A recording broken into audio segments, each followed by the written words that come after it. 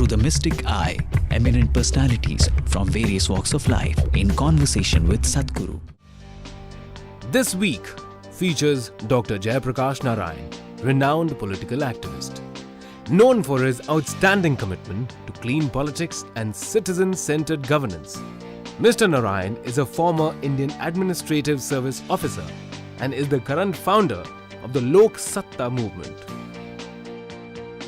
The current MLA of Kukatpalli, he describes himself as a physician by training, a civil servant by choice, and a Democrat by conviction.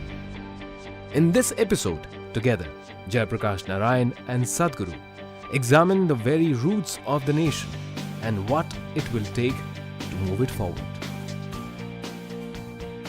Sadhguru, it's a great opportunity and honor for me to interact with you.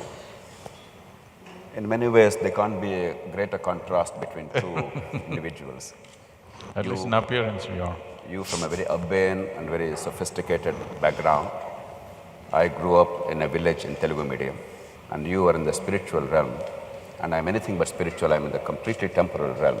I built all my life around the principles of rationality and logic. When you are a person of religion, you were given certain edicts, what is good, what is bad, the 10 commandments, the do's and the don'ts. But in ordinary life, for most people, particularly in the public domain, to distinguish between good and bad seems to be increasingly difficult.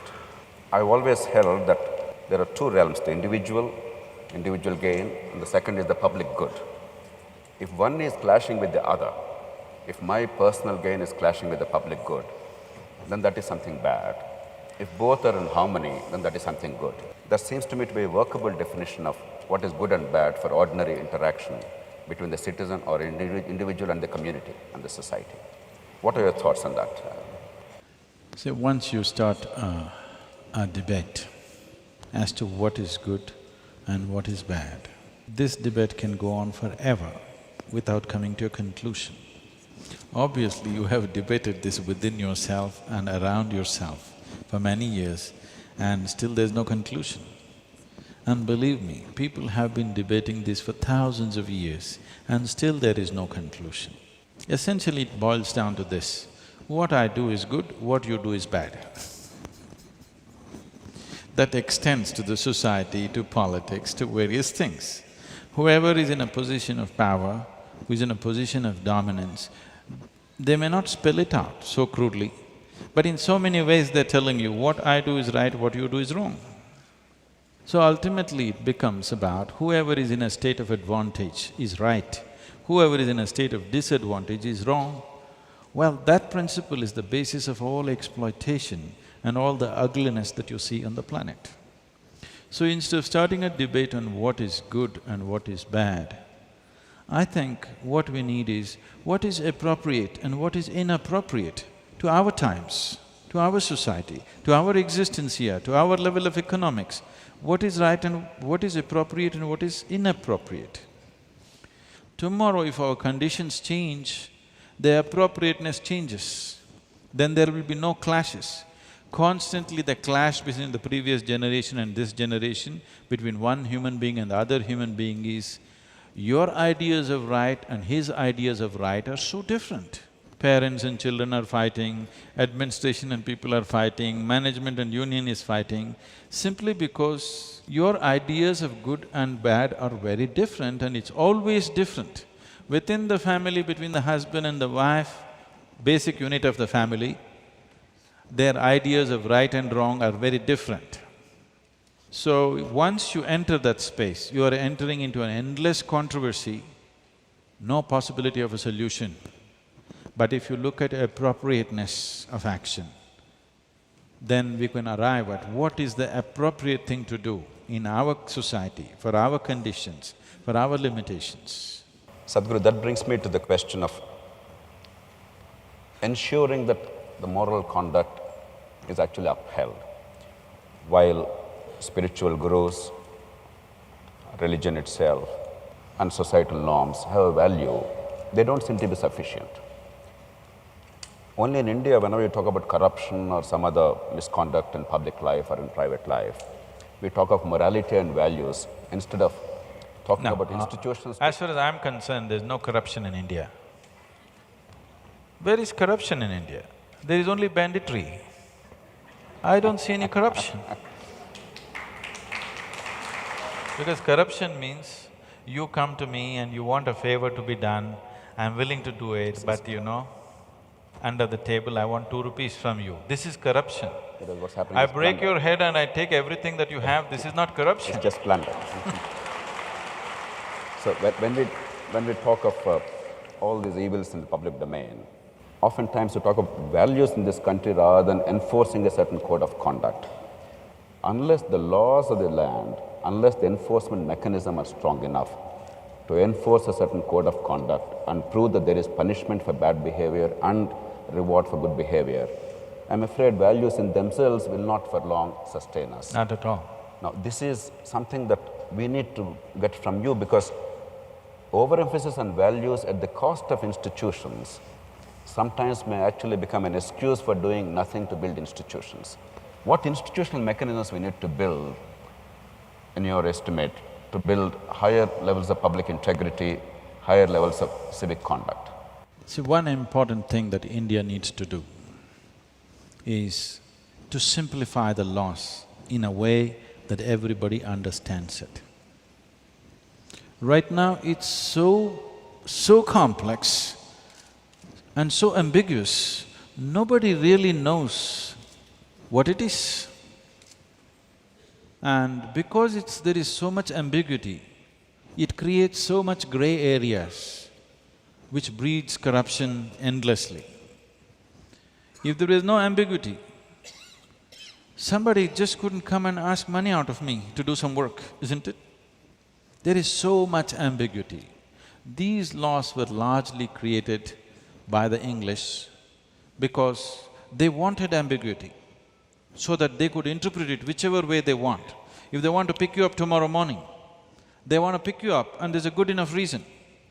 We have still kept the same laws, and even today it is true, the law can just come and pick you or me up now, and I don't know what I have done, but he can pick you up and they can produce something, number, whatever, criminal procedure code, some damn number that I'm not aware of, and they can say, you did this.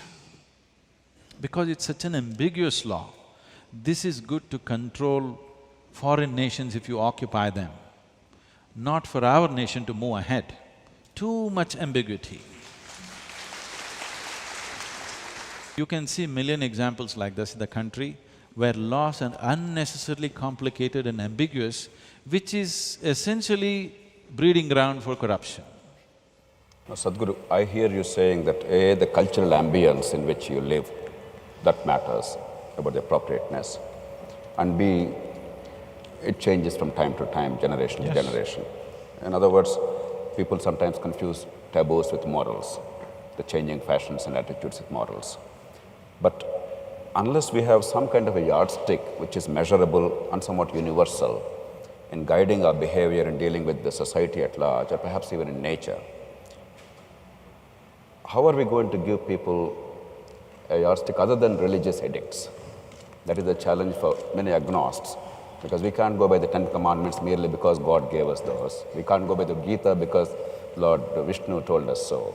We need a temporal yardstick. We need an institutional mechanism to be able to measure and say, this is right, this is wrong, a talisman. Trying to fix the human societies with morality will only bring more and more deception. And above all, it kills life in so many different ways. Why are we trying to fix life with morality? Essentially because we have never bothered to stir up humanity. There is something called as humanity within us. If you stir up this dimension, which we call as humanity, when somebody is feeling very human, he doesn't need morality. He will be fine the way he is. But instead of being a human being, he becomes a Christian or a Hindu or a Muslim or an Indian or a Pakistani or this or that, or so many things, caste, creed and many things. So instead of a human identity, he takes on a different identity. Now you can do most horrible things with great pride. Yes, you can kill thousands, not one, you can kill thousands and feel really good about it. I did it. Because I did it for the nation, I did it for my religion, I did it for my caste, creed, whatever else. So your identity is shifting from your fundamental identity to make-believe identities. It may serve limited purpose. We are a nation because we have to politically manage ourselves. It is not some divine dictum that this is a nation like this. We are the people who drew the lines, isn't it? Now we believe that's how it is. For certain functional realities, we draw lines, but that is not the reality. So a human being should essentially be identified as a human being, not by his religion, not by his race, not by his caste, creed, nationality, no. If he sits here as a human being, you will see he does not need morality. He will be fine. And that's what is needed in the society, to stir up humanity, not morality. That's a terrific message, Sadhguru. Essentially what you're advocating is that go beyond the individual, go beyond the sect and the creed and embrace humanity itself, and you will not go wrong in your actions. I'm not saying embrace humanity, I'm saying you are human, isn't it? I don't have to teach you to be human, you are human. The problem is somebody else has taught you that you are something else. Somebody else has told you you're Indian, somebody else has told you you're Hindu, somebody else has told you you're Muslim. But the reality is you're human. If you travel 100 kilometers in India, people look different, they dress differently, they speak differently, different languages, our food is different, everything is different. But still, for over 10,000 years, the whole world has referred to us as one nation. Though we were over 200 political entities at some time, still, we've been doing trade with Syria, Jerusalem, Damascus, Jerusalem, Greece, all these places for over 8,000, 10,000 years. Even at those times, they referred to this country as Hindustan, though there were 200 entities. It was referred to as one nation, as Bharatvarsh or Hindustan or whatever the name. Because somewhere people saw this as one nation, though it was ruled by many kings. Because there was one ethos, which is something that the politicians and administrators and the people have never paid attention to. The only thing which keeps us as one nation is a certain fundamental spiritual ethos, which is not on the surface, but which is always there. In the sense, people recognize this as one nation from outside because they all believed in something. This nation has never been a nation of believers. We have been a nation of seekers because spiritual process has been the main thing. Here people are not believing in God, they're seeking mukti or liberation or freedom. There is a difference between a seeker and a believer. A believer means he's made a conclusion. A seeker means he's wide open. He's realized that he does not know, that's why he's seeking. This one quality set us apart from the rest of the world, so outside world recognized as one nation, though there were so many political entities. We need to understand even today, it is only this spiritual thread which is keeping this as one nation. Right now it's being systematically hacked at. If you break this one thing, after 25, 30 years, you will wonder, why are we one nation? And we will break. If you do not strengthen the fundamental spiritual ethos of this nation, if you hack it down with beliefs and other kinds of identities, you will see, you will break up into various nations, you will not be one nation. Sadhguru, I hear you clearly and I entirely agree with you that unless unity and order are kept even above liberty, if necessary, if there is a clash, we are in danger. This is the reality of existence. If you sit here as a piece of life, you instantly know that there is nothing in the existence with which you are not connected. Essential dimension of spiritual process is that you disidentify yourself with all the false identities you have taken on, and to learn to sit here just as a piece of life.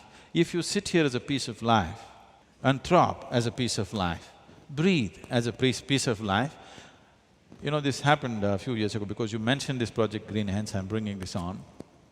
When I said that we need to plant 114 million trees to get Tamil Nadu to 33% green cover, people said, Sadhguru, do you know what is 114 million?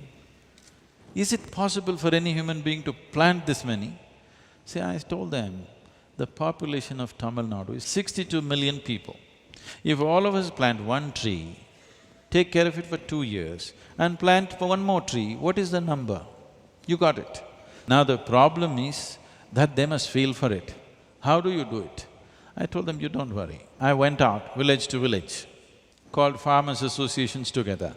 I told them one simple thing, just sit here. Where do you want to sit? In the sun or under the tree? Choose. You know what's the choice. Everybody sits under the tree. Now I said, see, are you breathing? Yes.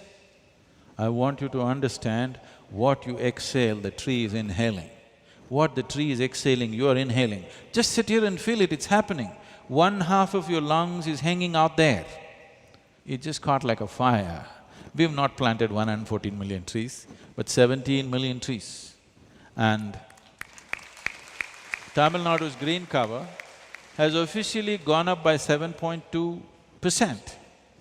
And we didn't give up our lives to do this. This is just one of the small things we do. Just that, if everybody gets involved, it's such a small job, isn't it? Why are they not getting involved? Because they're identified with something. If they sat here as a piece of life, nobody had to tell them. They would have anyway done it by themselves. So, it is because of these wrong identifications that we are doing all these crazy things, and you're trying to fix it with morality. It's not going to work. It's not worked for these thousands of years, isn't it?